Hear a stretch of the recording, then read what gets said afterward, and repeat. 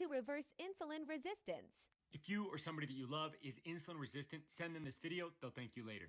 We're going to talk about how to go from this to this, or from this to this, by focusing on something called insulin resistance.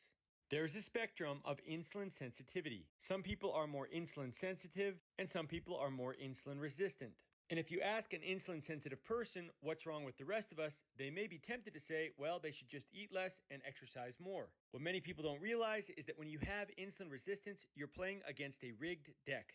Insulin resistant people have more sugar cravings, they have more frequent hunger and often more intense hunger. They have brain fog, which makes it difficult to concentrate and focus on goals. They often feel tired after eating, and there's a strong correlation between being insulin resistant and having anxiety or depression. Insulin resistant people have symptoms that make them more prone to unhealthy habits. The unhealthy habits lead to more insulin resistance, and the cycle perpetuates itself into a destructive problem, leaving us feeling very, very frustrated. In order to get insulin under control, we need to know what increases insulin levels and what reduces insulin levels. If you struggle with snacking and overeating, then fasting might be a great solution.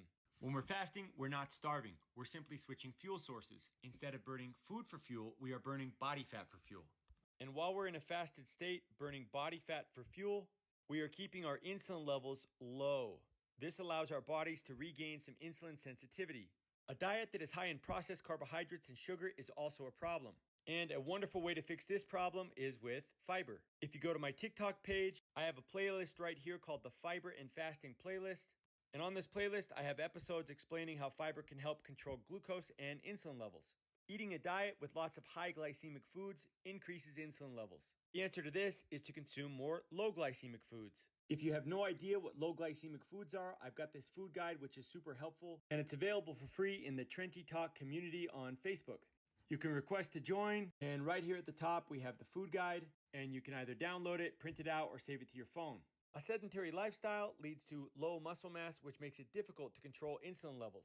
The answer to this is to build that muscle mass with exercise and resistance training. The nice thing about this is you can start with things like fasting, fiber, and low glycemic foods, and often very quickly you can start to see some of these symptoms disappear.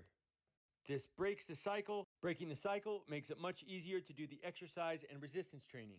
These are some straightforward solutions that will help you go from being more insulin resistant to more insulin sensitive.